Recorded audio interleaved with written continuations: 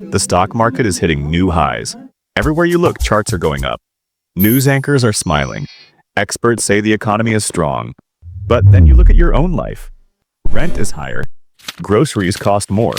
Your paycheck doesn't feel bigger, and everyone around you feels stressed. So here's the real question. If the stock market is doing so well, why doesn't real life feel better? For a long time, the stock market was supposed to reflect reality.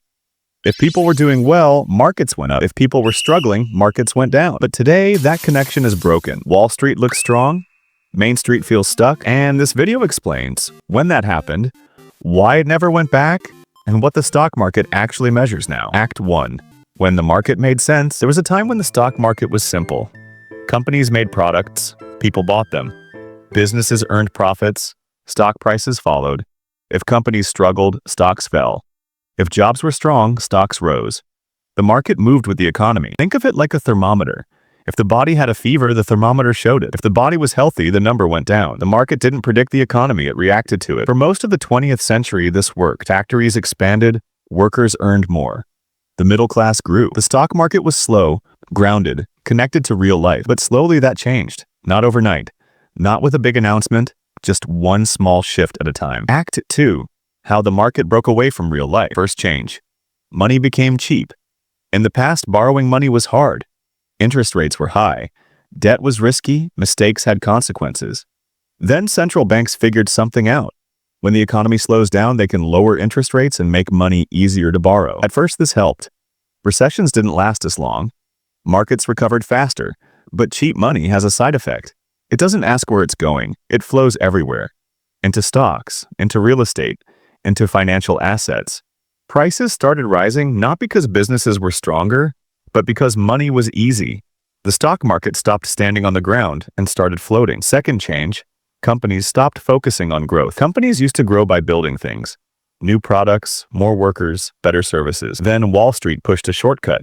Instead of growing the business, grow the stock price. How? Buy back shares, cut costs, lay off workers, freeze wages. When a company buys back its own stock, nothing new is created.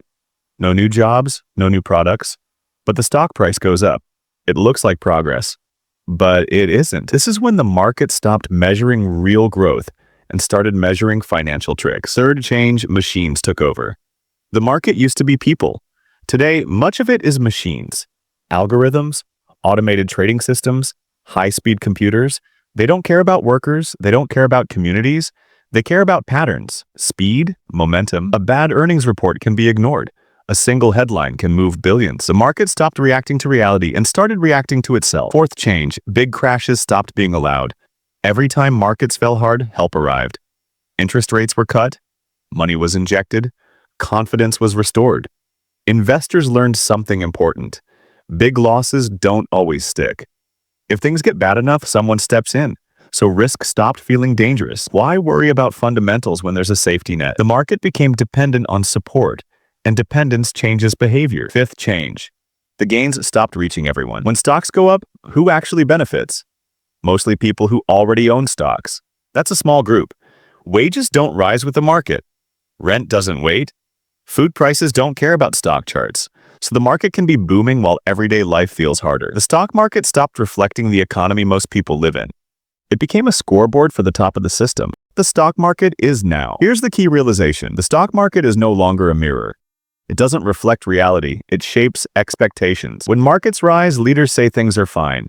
When markets fall, panic starts, even if daily life hasn't changed yet. The market's real job now is to support debt, protect asset prices, maintain confidence, not to describe how people are actually doing. That's why layoffs can push stocks higher. That's why bad news can be called good news. The market isn't asking, are people better off? It's asking, is money still moving? As long as it is, the market looks healthy, even if real life doesn't. Final takeaway, plus CTA. So what does this mean for you? It means the stock market isn't lying. It's just measuring something else. Liquidity, assets, expectations, not wages, not stress, not everyday life. Once you understand this, things make more sense. You stop asking why it feels disconnected. You stop blaming yourself. The market didn't break, it changed. And if you want to understand today's economy, you have to understand what the market actually tracks now. If this helped clarify things, share it with someone who's felt the same confusion. And if you want more simple explanations of complex financial systems, Subscribe because once you understand the rules, the picture finally makes sense.